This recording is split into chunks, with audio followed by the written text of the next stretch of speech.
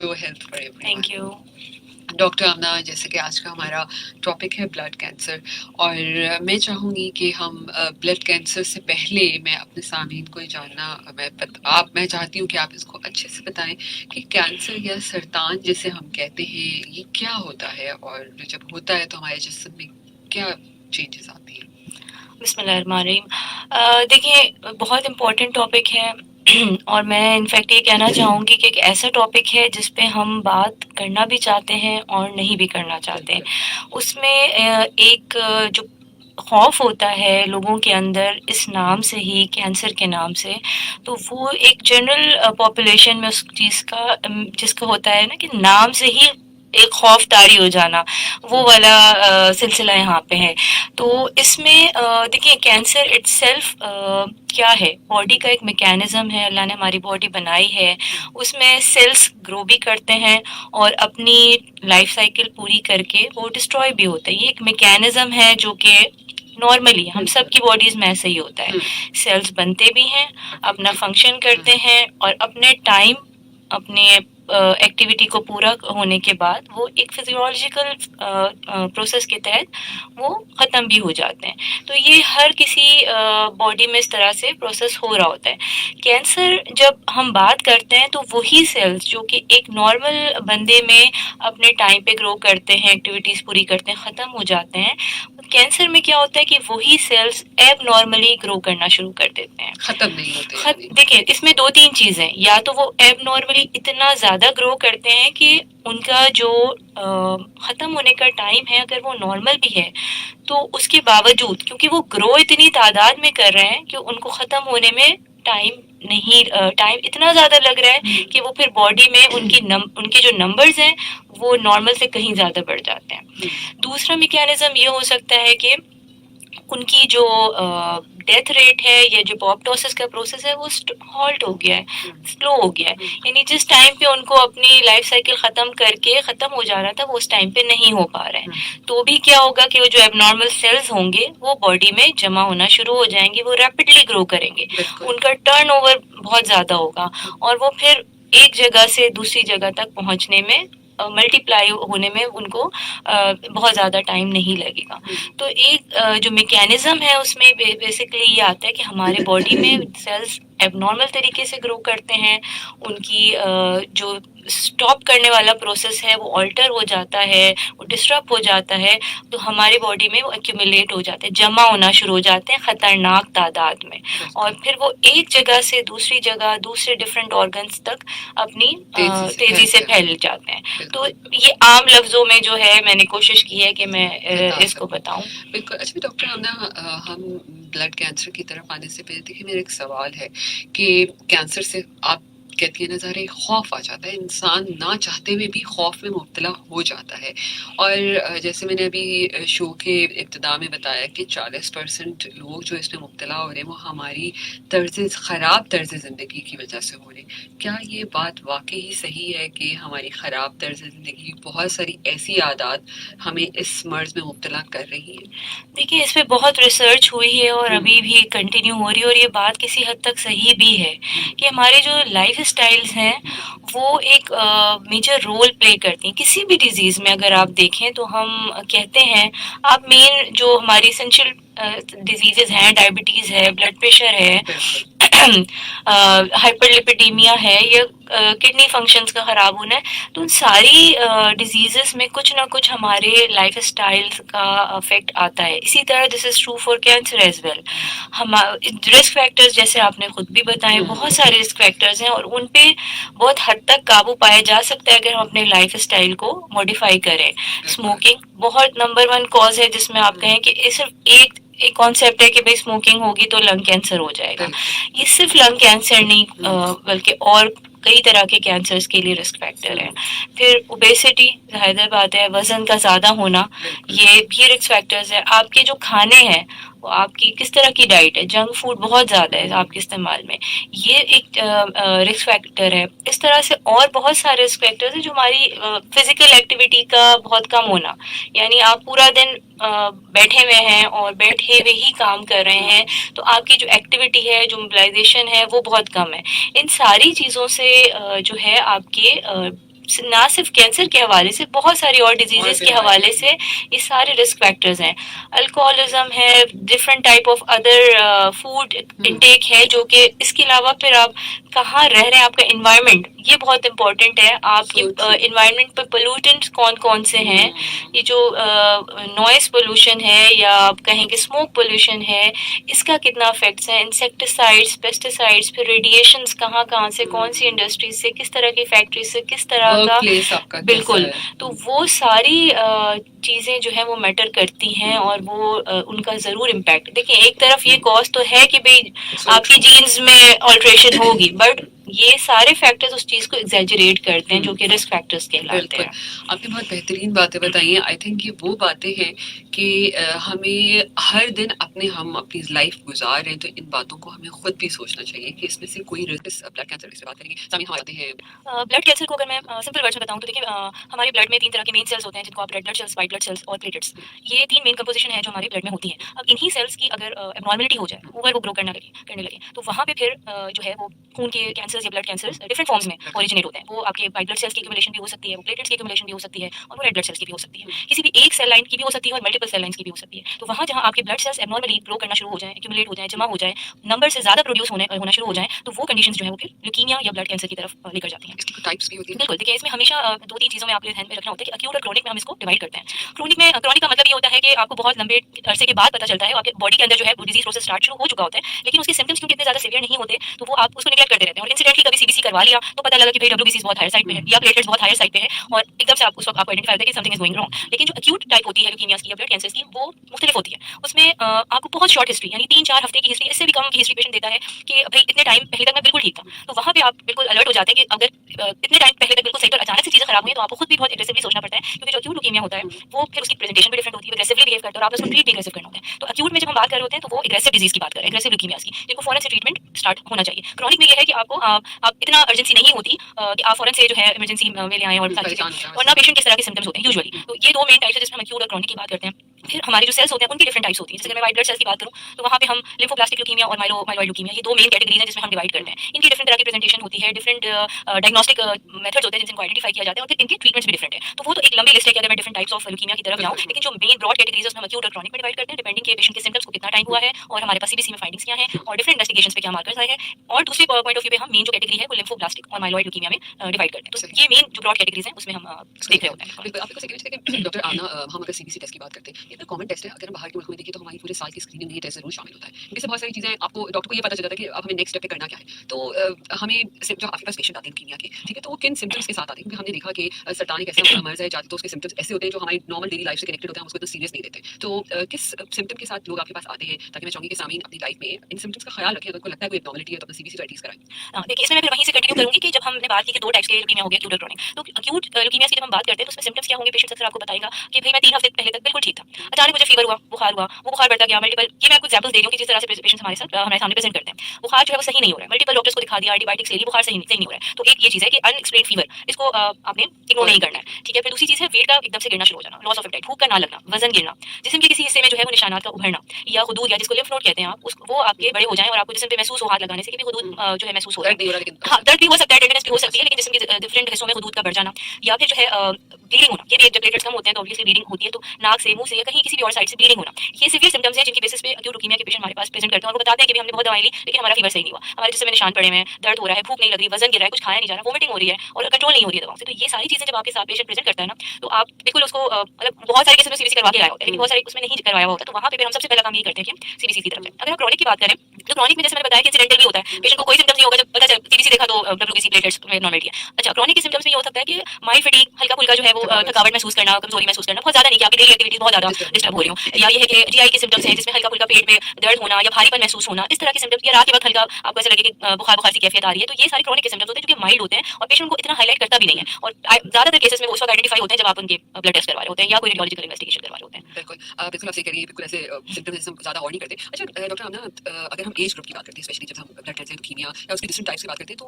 Age group क्या usually देखा जाता है? क्या बच्चों में भी ये हो सकता है? एज ग्रुप क्या होती है इसकी? देखिए जो ब्लड कैंसर्स है वो उनकी एज ग्रुप अगर मैं आपको बताऊं तो वो 1 मंथ से लेके above 80 तक वो बहुत वेरिएबल है। बट उसमें ये है कि कुछ टाइप्स ऑफ ल्यूकीमिया जो है, कुछ ब्लड के कैंसर जो है वो एडल्ट्स में होते हैं, 60 प्लस एजेस में प्रेजेंट कर रहे होते हैं, और कुछ जो है वो बच्चों में कॉमन है। तो इसकी जो रेंज है वो बहुत वाइड है, वेरिएबल है, यानी 1 महीने का जो बच्चा है, इवन 15 डेज का भी जो बच्चा है, उसमें भी कुछ डिजीजेस या कुछ ब्लड के कैंसर है जो होते ही स्पेसिफिक उस टाइम पे, यानी 1 साल से कम उम्र के बच्चों में। और कुछ कैंसर हैं जो इस एज ग्रुप में आएंगे, जैसे 2 से लेके 9 साल तक की एज है। कुछ मिड एज में अगर आप बात करें, जिसको आप कहें कि भाई लेट 30s में है, 25 से 40 इयर्स तक की एज में, और कुछ कैंसर जो है वो 60 प्लस में है। तो ये एज अगर मैं स्पेसिफिकली बात करूं तो उसकी कोई लिमिट नहीं है। हाँ, टाइप डिफरेंट हो सकती है। फॉर एग्जांपल जैसे मैंने बताया, कुछ कैंसर जो 1 ईयर के से कम बच्चों में पाए जाते हैं, वो स्पेसिफिकली ज्यादातर 90% में उसकी एज ग्रुप में मिलेंगे। इन्फेंटाइल ल्यूकीमिया जिसे हम कहते हैं, कि वो 1 साल से कम के बच्चों में मिलेगा। इसी तरह जैसे क्रॉनिक ल्यूकीमिया है, क्रॉनिक लिम्फोसिटिक ल्यूकीमिया या क्रॉनिक लिम्फोप्रोलिफरेटिव डिसऑर्डर्स, ये यूजुअली आपको 60 प्लस एजेस में मिलता है। तो इसमें डिफरेंट टाइप्स के अकॉर्डिंग जो है हम देखते हैं कि एज डिस्ट्रीब्यूशन है। तो उसमें फिर आपको पता होता है, आपको अंदाजा भी हो जाता है कि पेशेंट के सिम्पटम्स के साथ और सीबीसी प्रेजेंटेशन के साथ कि आपका सस्पेशन कहाँ है। तो एज की इसमें कोई लिमिट नहीं है, हर एज में डिफरेंट टाइप्स ऑफ ल्यूकीमियास हो सकते हैं। बिल्कुल। सामीन, अगर आप ही डॉक्टर आमना कंवर से कुछ सवाल करना चाहें तो हमेशा की तरह हमें कॉल कर सकते हैं, और मैं सबसे रिक्वेस्ट करूंगी कि जो आज का हमारा टॉपिक है वो है सरतान के खून का सरतान। सरतान के हवाले से कोई भी ऐसा और भी सवाल आपके जहन में है, कोई गाइडेंस चाहिए तो आप कॉल कर सकते हैं 021111001005 के ऊपर, और फेसबुक पे लाइव देखना चाहिए तो www.fb.com/hotfm105 पे आप जाके फेसबुक पेज पे पेज लाइक कीजिए, वहाँ वीडियो लाइव देख सकते हैं। अदरवाइज आप अपने मोबाइल के मैसेज ऑप्शन पे जाइए, HOT हॉट लिखिए, स्पेस दीजिए, अपना पैगाम लिखिए और 8881 के ऊपर भेज दीजिए। हमारे साथ YouTube channel is also there, अगर आज ना देख सके तो वहाँ पर भी आप तमाम शोज को देख सकते हैं। अच्छा डॉक्टर आमना, मतलब इसको डायग्नोज करने के लिए ल्यूकीमिया की क्या तरीकेकार होता है? ब्लड टेस्ट होते हैं या फिर इसमें भी जैसे दूसरे कैंसर में बायोप्सी वगैरह होती है, इसमें भी इसी तरह होता है? देखिए, इसमें भी डिफरेंट मेथड्स हैं जिसके थ्रू हम डायग्नोस करते हैं। सबसे इंपॉर्टेंट चीज जो है वो जो पैरामीटर है वो सीबीसी है। सीबीसी एक हॉलमार्क है, मतलब अगर आपने सारे टेस्ट करवा लिए, सीबीसी नहीं करवाया तो मतलब आप you are going to miss things. तो सीबीसी जो है, यानी जो कंप्लीट ब्लड काउंट आपका होता है, वो आपको एक क्लियर पिक्चर बताता है। और फिर जब हम सीबीसी करवाते हैं तो इस तरह की कोई भी एबनॉर्मल फाइंडिंग जब आ रही होती है, जिसमें हम प्लेटलेट्स, डब्ल्यूबीसी, आरबीसी की कोई अनकंट्रोल्ड या बियॉन्ड द लिमिट्स काउंट्स देख रहे होते हैं, तो फिर उसको माइक्रोस्कोपिकली देखना बहुत जरूरी होता है कि माइक्रोस्कोपिकली वो सेल्स कैसे नजर आ रहा है, वो नॉर्मल से कितने डिफरेंट हैं, उनके अंदर क्या एबनॉर्मलिटीज हैं। तो सीबीसी और पेरिफेरल फिल्म जो है, ये सबसे पहले मेन स्टेप होता है जहाँ पे आप स्टार्ट लेते हैं, और उसके बाद फिर आप definitely according to the need bone marrow biopsy भी है, फ्लो साइटोमेट्री भी है, साथ में रेडियोलॉजिकल वर्कअप देखना बहुत जरूरी होता है कि आपके लिम्फ नोड्स कहाँ-कहाँ इन्लार्ज हैं, स्प्लीन का स्टेटस क्या है, तिल्ली का, जिगर का बड़ा होना, ये सारी चीजें सपोर्टिव एविडेंस दे रही होती है कि ब्लड कैंसर या ल्यूकीमिया या लिम्फोमा जो है वो मौजूद है। इसमें सीटी स्कैन से लेकर अल्ट्रासाउंड से लेकर पेट सीटी स्कैन तक डिफरेंट टेस्ट है जो कि हम अकॉर्डिंगली एडवाइस करते हैं पेशेंट को। लेकिन जो सबसे पहला स्टेप है वो सीबीसी का है। फिर सीबीसी के बाद डिफरेंट स्टेप्स पे बोन मैरो बायोप्सी है, फ्लो साइटोमेट्री है, फिर जेनेटिक वर्कअप है, मॉलिक्यूलर मार्कर्स हैं। ये डिफरेंट स्टेप्स हैं जो कि हम एक के बाद एक लेते हैं और वो अकॉर्डिंगली पेशेंट को एडवाइस करते हैं। अच्छा, बोन मैरो और अगर मैं कहूँ ब्लड कैंसर, तो इसका क्या कनेक्शन है? Why bone marrow? देखिए, बोन मैरो जो है वो एक फैक्ट्री है। फैक्ट्री में सेल्स प्रोड्यूस होते हैं, और जब वो प्रोड्यूस हो जाते हैं तो वहाँ से माइग्रेट करके ब्लड में आ जाते हैं। तो अगर हमें कोई चीज़ खराब, किसी चीज़ की खराबी देखनी हो तो हम फैक्ट्री को चेक करेंगे। तो दिस इज वेरी इंपॉर्टेंट। अगर ब्लड में आपकी कोई एब्नॉर्मलिटी आ रही है तो हमें उसकी फैक्ट्री को देखना चाहिए। तो दिस इज जो ब्लड की सेल्स की फैक्ट्री है वो बोन मैरो है। वहाँ पे ब्लड के सेल्स प्रोड्यूस होते हैं, तो वहाँ आपको देखना बहुत जरूरी है कि वहाँ से क्या चीज़ें खराब होना शुरू हुई है। देखिए, हर केस में बोन मैरो बायोप्सी की जरूरत नहीं होती है, लेकिन ज्यादातर केसेस में होती है। तो वहाँ कनेक्शन इसका इसी तरह से है कि बोन मैरो में सेल्स बनते हैं, प्रोड्यूस होते हैं और फिर ब्लड में आते हैं। तो अगर ब्लड की सेल्स में कोई एब्नॉर्मलिटी आ रही है तो आपको उसके प्रिकर्सर सेल्स, पेरेंट सेल को देखना बोन मैरो में बहुत जरूरी होता है। बिल्कुल। डॉक्टर, हमने छोटा सा ब्रेक, कमर्शियल ब्रेक के बाद ये भी जरूर बताएगा कि इसके स्पेशली ल्यूकीमिया के कॉजेस में क्या चीज़ हो सकती है? क्या ये हेरिडिटरी होता है कि आपकी फैमिली में किसी को है, या कोई और वजूहत भी आप इसके लिए? इसके बाद हम इस पे ट्रीटमेंट पे भी मैं बात करना चाहूंगी कि क्या क्या ट्रीटमेंट ऑप्शंस अवेलेबल है इस वक्त पाकिस्तान में, और ज़ियाउद्दीन भी क्या इस पे काम कर रहा है। सामीन हमारे साथ ही रहिए, ब्रेक के बाद वापस आते हैं। इससे पहले डॉक्टर आमना ने बताया कि हम किस तरह इसको डायग्नोज करते हैं। अच्छा डॉक्टर आमना, आपने इससे शुरू में तो कुछ कॉजेस बताए, लेकिन ल्यूकीमिया का मेन कॉज अगर हम ब्लड कैंसर की बात करते हैं तो क्या ये हमेशा हेरिडिटरी हो सकता है या अननोन रीजंस भी है इसमें? हर जरूरी नहीं है कि ये आपकी फैमिली में रन करे। रिस्क फैक्टर्स ऑलवेज कैरी करते हैं पेशेंट्स, लेकिन ये स्पॉन्टेनियस डिनोवो भी होता है। इसमें मल्टीपल फैक्टर्स हैं, जैसे मैंने शुरू में आपको बताया था कि भाई अगर इस एज ग्रुप में है जहाँ का लाइफस्टाइल और ये सारी चीजें मैटर करती हैं, स्मोकिंग है और हाइपरटेंशन है, तो वो सारा एक रिस्क फैक्टर्स अलग है। इसके अलावा जेनेटिक म्यूटेशंस जो कि डिफरेंट किस्म के ट्रांसलोकेशंस को या डिलीशंस को जन्म देती हैं, यानी जीन्स में जो अल्टरेशन हो रही होती है आपके, उसकी वजह से ये ल्यूकीमिया या लिम्फोमास डेवलप होते हैं। तो वो आपके हेरिडिटरी भी हो सकते हैं, फैमिलीज में रन कर भी सकते हैं और नहीं भी कर सकते हैं। स्पेसिफिकली हम ये नहीं कह सकते कि ल्यूकीमिया या लिम्फोमास हेरिडिटरी होते हैं। देयर मल्टीपल कॉजेस, कोई एक स्पेसिफिक कॉज नहीं है। हाँ, एक्सपोजर है आपका कि आप रेडिएशंस के साथ कितना एक्सपोज हुए हैं, केमिकल्स के साथ कितना एक्सपोजर हुआ है आपका। इन्फेक्शंस का बहुत इंपॉर्टेंट रोल है सवाल। अगर मैं लिम्फोमास की बात करूँ तो कुछ लिम्फोमास ऐसे हैं जहाँ पे एक्सपोजर प्रीवियस इन्फेक्शन से बहुत मैटर करता है कि प्रीवियसली कोई इन्फेक्शन ऐसा हुआ है जिसने आगे चल के लिम्फोमा के में प्रोग्रेस किया है, लिम्फोमा को डेवलप होने में उसको असेस किया है। तो इन्फेक्शंस का बड़ा रोल होता है। तो उसमें आपको ये सारे रिस्क फैक्टर्स हमें रखने होते हैं। हेपेटाइटिस है, एचआईवी है, एप्स्टेन बार वायरस है, ये सारे इन्फेक्शंस आपको गाइड करते हैं कि भाई आगे चल के कॉम्प्लिकेशंस में लिम्फोमास या ल्यूकीमिया की तरफ जा सकते हैं। तो स्पेसिफिक नहीं है कि हेरिडिटी में हो, रिस्क फैक्टर रहता है और डिफरेंट टाइप्स का भी रहता है। ऐसा भी देखा गया है कि फैमिली में एक से ज्यादा डिफरेंट किस्म के कैंसर्स हो सकते हैं। तो वहाँ पे सिर्फ एक स्पेसिफिक टाइप को हम हाईलाइट नहीं कर सकते कि भाई ये कैंसर फादर को हुआ है तो ये आगे जनरेशन में जाएगा। उसकी नेचर चेंज हो सकती है, टाइप चेंज हो सकती है। तो दीज आर ऑल जहाँ पे हमें अलर्ट होना चाहिए। अच्छा डॉक्टर, हमने ट्रीटमेंट की बात करते हैं तो एक्यूट क्रोनिक के ट्रीटमेंट्स क्या क्या है? ओरल भी है या फिर सिर्फ कीमो रेडिएशन से ही सब कुछ होता है? अच्छा, इसमें ट्रीटमेंट ऑप्शंस देखिए बहुत वेरिएबल हैं। ये आपने बिल्कुल सही बात की कि हम जब समझते हैं कीमो का भी जब हम नाम लेते हैं कीमोथेरेपी का, तो हमारे ज़हन में बहुत सवाल आते हैं कि पता नहीं कोई अलग ही प्रोसेस है जिससे पेशेंट को गुजरना पड़ता है और वो किस तरह से होगा। तो इसमें मुख्तलिफ किस्में हैं जिसमें आप इंट्रावीनस यानी आईवी ड्रग्स भी देते हैं और कुछ मेडिकेशन में सिर्फ ओरल टैबलेट्स भी चलती हैं। इसी तरह अगर क्रॉनिक की बात करें तो उनका मोड ऑफ ट्रीटमेंट और एक्यूट का ट्रीटमेंट डिफरेंट है। और इसमें फिर अगेन बात आती है कि एज ग्रुप में पेशेंट ने प्रेजेंट किया है, क्योंकि जो इंटेंसिव कीमोथेरेपी है वो सर्टेन एज तक एप्लीकेबल है और रिकमेंडेड है। 60 प्लस 70 प्लस पेशेंट्स के लिए वो रिकमेंडेशंस चेंज हो जाती हैं, उनके लिए जो कीमोथेरेपी के रेजिमेंट्स हैं वो चेंज हो जाते हैं। वो डिपेंड करता है कि पेशेंट किस टाइप ऑफ ल्यूकीमिया के साथ उसने प्रेजेंट किया, उसका फंक्शन स्टेटस कैसा है, पेशेंट के अंदर कितनी ताकत है कि वो कीमोथेरेपी को ले सके, उसकी कोमॉर्ब्स क्या है, क्या उसको डायबिटीज, ब्लड प्रेशर, बाकी कोई और हाइपरलिपिडीमिया, हार्ट डिजीज वगैरह है, अगर ये है तो फिर उसका फंक्शन स्टेटस या उसकी कीमोथेरेपी लेने के जो नुकसान हैं वो बढ़ जाते हैं। अब पेशेंट अगर अदरवाइज उसको कोई कोमॉर्ब्स नहीं है, कोई डायबिटीज, ब्लड प्रेशर जैसी बीमारियां नहीं है या कोई और मसला नहीं है और उसकी वेट, क्योंकि आपको पता है वेट जो है एक बड़ा इंपॉर्टेंट फैक्टर होता है, पेशेंट का वेट बहुत मैटर करता है। वेट अगर उसका वैसे ही लोअर साइड पे जब आप कीमो देंगे तो कीमो के साइड इफेक्ट्स में वेट का लॉस होना होता है, तो इन सारी चीजों को देखते हुए डिसाइड किया जाता है स्टैंडर्ड्स के अकॉर्डिंग रिकमेंडेशंस कि भाई हमने इस पेशेंट को कीमोथेरेपी देनी है। और कीमोथेरेपी अब आजकल तो सिर्फ कीमोथेरेपी नहीं, इम्यूनथेरेपी की बात करते हैं, इम्यूनथेरेपी टारगेटेड एजेंट्स, जैसे कुछ टाइप्स की ल्यूकीमिया, क्रॉनिक ल्यूकीमिया की अगर मैं बात करूं तो उनमें टारगेटेड थेरेपीज दी जाती है, जैसे क्रॉनिक माइलॉइड ल्यूकीमिया जो ट्रांसलोकेशन है उसी के अगेंस्ट आप डायरेक्टली दवा दें, और उनमें क्या होता है कि जरूरी नहीं पेशेंट को आपने एडमिट रखना है, उसको ड्रिप्स लगानी है, वो आप पेशेंट घर पे भी ले सकते हैं। तो इसमें वेरिएबिलिटी है, डिपेंड करता है। हाँ, जो जैसे ल्यूकीमियाज है, क्यों ल्यूकीमियाज में प्रोलॉन्ग एडमिशन होते हैं, पेशेंट को एडमिट रहना पड़ता है, क्योंकि वहां पे सिर्फ आपने कीमोथेरेपी देनी नहीं होती, आपने पेशेंट के ब्लड काउंट्स को मॉनिटर करना होता है, साइड इफेक्ट्स को मॉनिटर करना होता है। जब आप कीमोथेरेपी दे रहे होते हैं तो खराब सेल्स के साथ साथ कुछ अच्छे सेल्स को भी डिस्ट्रॉय कर रहे होते हैं। तो होता क्या है, जब आप कीमोथेरेपी देते हैं तो जो एब्नॉर्मल सेल्स है वो तो कम होती है, साथ में हीमोग्लोबिन कम हो जाता है, प्लेटलेट कम हो जाते हैं, डब्ल्यूबीसी कम हो जाते हैं। उस सूरत में फिर आपने बहुत एहतियात रखनी होती है। अभी पेशेंट को ट्रांसफ्यूजन की जरूरत है तो ट्रांसफ्यूज करें, इन्फेक्शंस हो गए, एंटीबायोटिक्स, तो हॉस्पिटल सपोर्ट और हॉस्पिटल एडमिशन एक्यूट ल्यूकीमिया में इसीलिए जरूरी होता है कि आप मॉनिटरिंग अच्छे से कर सकें, कीमोथेरेपी के साइड इफेक्ट्स को मैनेज कर सकें। इसमें डिफरेंट डिफरेंट आपके पास ऑप्शंस होते हैं, डिफरेंट तरीके हैं और डिफरेंट टाइप ऑफ ल्यूकीमिया के ऊपर वो डिपेंड करता है। बिल्कुल। चलो डॉक्टर, अगर हम क्रॉनिक ल्यूकीमियाज की बात करते हैं IQ, तो पेशेंट का लाइफस्टाइल कितना डिस्टर्ब होता है इस ल्यूकीमिया की वजह से, या वो एक नॉर्मल रूटीन जैसे आम लोग गुजारते हैं गुजार सकते हैं? अक्यूट ल्यूकीमिया में तो देखिए जो शुरू का टाइम होता है वो सबसे ज्यादा इंपॉर्टेंट होता है। यहाँ पे पेशेंट एक ऑब्वियसली स्ट्रेस से गुजर रहा होता है, जब उसको डायग्नोसिस के बारे में पता चलता है तो फिर वहाँ पे डायग्नोसिस तक स्टॉप नहीं होती चीजें, जो उसको आगे एक और स्टेप से गुजरना है जो कि कीमोथेरेपी है। और कीमोथेरेपी के बाद उसकी अगर वो ट्रांसप्लांटेशन की तरफ जाता है तो वो एक लंबा टाइम पीरियड है जो कि उसने गुजारना होता है। तो ऑब्वियसली उसके साइकोलॉजिकल इशूज भी होते हैं, सोशली भी पेशेंट डिस्टर्ब रहता है, वहाँ भी सारी चीजें मैटर करती हैं। और जो शुरू का इनिशियल फेज होता है वो सबसे ज्यादा मुश्किल होता है, वहाँ पे पेशेंट के टेस्ट भी हो रहे होते हैं, वहाँ पेशेंट एक ट्रॉमा से भी गुजर रहा होता है, वहाँ आपने कीमो भी स्टार्ट करनी है, वहाँ आपने इन्फेक्शंस को भी कंट्रोल करना है, बाकी चीजों को भी देखना है। जो शुरू का टाइम होता है दैट इज द टफेस्ट। एक दफा पेशेंट अपने उस चीज को अडैप्ट कर लेता है कि हाँ मेरा डायग्नोसिस ये है और मुझे ट्रीटमेंट को मैं ले चुका हूँ, मुझे दूसरी तीसरी साइकिल लेना है, तो चीजें जो है स्टेबलाइज होने लगती हैं। वहाँ पे अंडरस्टैंड पेशेंट जो है वो इन चीजों को एक्सेप्ट भी कर लेता है और ऑपरेट भी करता है। बॉडी को भी आदत बॉडी भी आपकी जाहिर बात है, कोई नई चीज आप देंगे तो बॉडी को उसको अडैप्ट करने में टाइम तो लगेगा। ये अक्यूट ल्यूकीमिया के हवाले से भी क्रॉनिक में भी सिमिलरली ऐसा ही है। बेशक आपसे मेडिकेशन ही दें, ओरल मेडिकेशन ही दें, लेकिन जब वो बॉडी के अंदर जाएगी तो डिफरेंट तरीके से रिस्पॉन्स, हर पेशेंट का रिस्पॉन्स डिफरेंट होगा, तो वहाँ टाइम लगता है कि वो अडैप्ट करे बॉडी डिफरेंट मेडिकेशंस को। तो लाइफ स्टाइल तो देखिए डेफिनेटली होता है, लेकिन क्रॉनिक में ये है कि आप जब इसमें एडजस्ट कर लेते हैं वो टाइम के साथ साथ आपको पता है कि मुझे जैसे आप ब्लड प्रेशर शुगर की दवा लेते हैं, मुझे पता है कि मैं ये वाली गोली मैंने लेनी है, तो आपको उसकी आदत हो जाती है। बिल्कुल, आप सोचो और मैं तो हमेशा यही कहती हूँ कि भाई आपको बड़ा बिलीव होना चाहिए अल्लाह के ऊपर, ठीक है? यकीनन अल्लाह ही बीमारी देता है और शिफा भी उसके हाथ में, और डॉक्टर्स बेहतरीन अद्वियात भी लाए, पूरी दुनिया में बेहतरीन दवाइयाँ बनाई जाती हैं। अब तो ल्यूकीमिया की बहुत बेहतरीन अद्वियात, अगर खाली ल्यूकीमिया के अलावा भी बात करूँ तो जब अब तो कीमोथेरेपीज की भी इतनी अच्छी मेडिसिन आ चुकी हैं कि साइड इफेक्ट्स भी उसके कम होते हैं। बिल्कुल, जैसे इम्यूनथेरेपी की मैंने बात की तो वहाँ पे साइड इफेक्ट्स कीमोथेरेपी जैसे नहीं होते हैं, टॉलरेट भी आसानी से हो जाती है, रिजल्ट भी बहुत अच्छे आते हैं। ज़ाहिर है जिस तरह दुनिया ऊपर जा रही है, इस तरह मेडिकल साइंस भी बहुत एडवांस होती जा रही है। कॉल डिस्कनेक्ट हो गई है, सामिन आप कॉल कर सकते हैं 02111000105 के ऊपर। अच्छा, अगर हम स्पेशली ल्यूकीमिया की जब बात करते हैं तो पाकिस्तान की मैं बात करना चाहती हूँ स्पेशली, तो क्या इसमें पाकिस्तान में आप देखती हैं पेशेंट की क्या परसेंटेज इस वक्त है, क्या तेजी से बढ़ रहा है या अभी भी कम पेशेंट है इसमें? देखिए जनरली अगर हम बात करें तो आम जो दूसरी डिजीजेस हैं उनके मुकाबले तो डेफिनेटली कम है, लेकिन अगर हम स्पेसिफिक रीजन्स की बात करें, जैसे अगर हम फॉर एग्जांपल मैं बात करती हूँ बलूचिस्तान की या केपीके की, इंटीरियर सिंध की, तो कुछ एरियाज में कुछ खास तरह के ल्यूकीमिया जो है वो बहुत ज्यादा प्रेवलेंट है और जो है वो आपको देखने को मिलते हैं। और ओवर द टाइम मुझे ऐसा लगता है कि इसका इंसिडेंस जो है वो बढ़ रहा है। आपको पहले जो नंबर ऑफ पेशेंट्स मिल रहे होते थे और जो अब मिलते हैं उसमें डेफिनेटली एक इंक्रीमेंट तो आया है। और उसमें एज ग्रुप्स के हवाले से मैं आपको बात बताऊँ, जैसे हम पहले पढ़ते थे कि भाई ये जो डिजीज है ये बस इस एज ग्रुप में है, तो वो वाली चीजें भी ना अब रिवाइज हो रही है। बहुत सारी डिजीज जिसको हम कहते थे कि भाई नहीं ये सिर्फ एडल्ट्स में ही होगी, ल्यूकीमिया की मैं बात करूँ कि ये सिर्फ एडल्ट्स में ही होगा, वो केसेस हम बच्चों में भी देख रहे हैं। और कुछ ऐसे केसेस जो हम बच्चों में कहते हैं कि नहीं ये तो सिर्फ बच्चों की बीमारी एडल्ट्स में नहीं होती, वो हमें बड़ों में भी नजर आ रही है। तो एक वाइड रेंज है, वैरायटी है और इसका इंसिडेंस है, बिल्कुल है, क्योंकि आपको नजर आ रहा होता है। और फिर ऑब्वियसली जो आपको पता है कि जब पेशेंट प्रेजेंट कर रहा होता है तो अगर वो बहुत किसी दूर दराज इलाके से, आप ये जो ल्यूकीमिया का ट्रीटमेंट है ये इतना आसान नहीं है ना, इसका डायग्नोसिस हर जगह अगर आप बात करें तो मैं पाकिस्तान की बात कर रही हूँ तो आपको हर जगह हर कोई आपको ल्यूकीमिया लिम्फोमा डायग्नोस नहीं करके देगा। तो बहुत सारे केसेस में नेग्लेक्ट भी होते हैं। हम किसी और तरीके से पेशेंट्स को जो है पेशेंट्स कहीं और से किसी और लाइन पे ट्रीट होते हुए आ रहे होते हैं, जब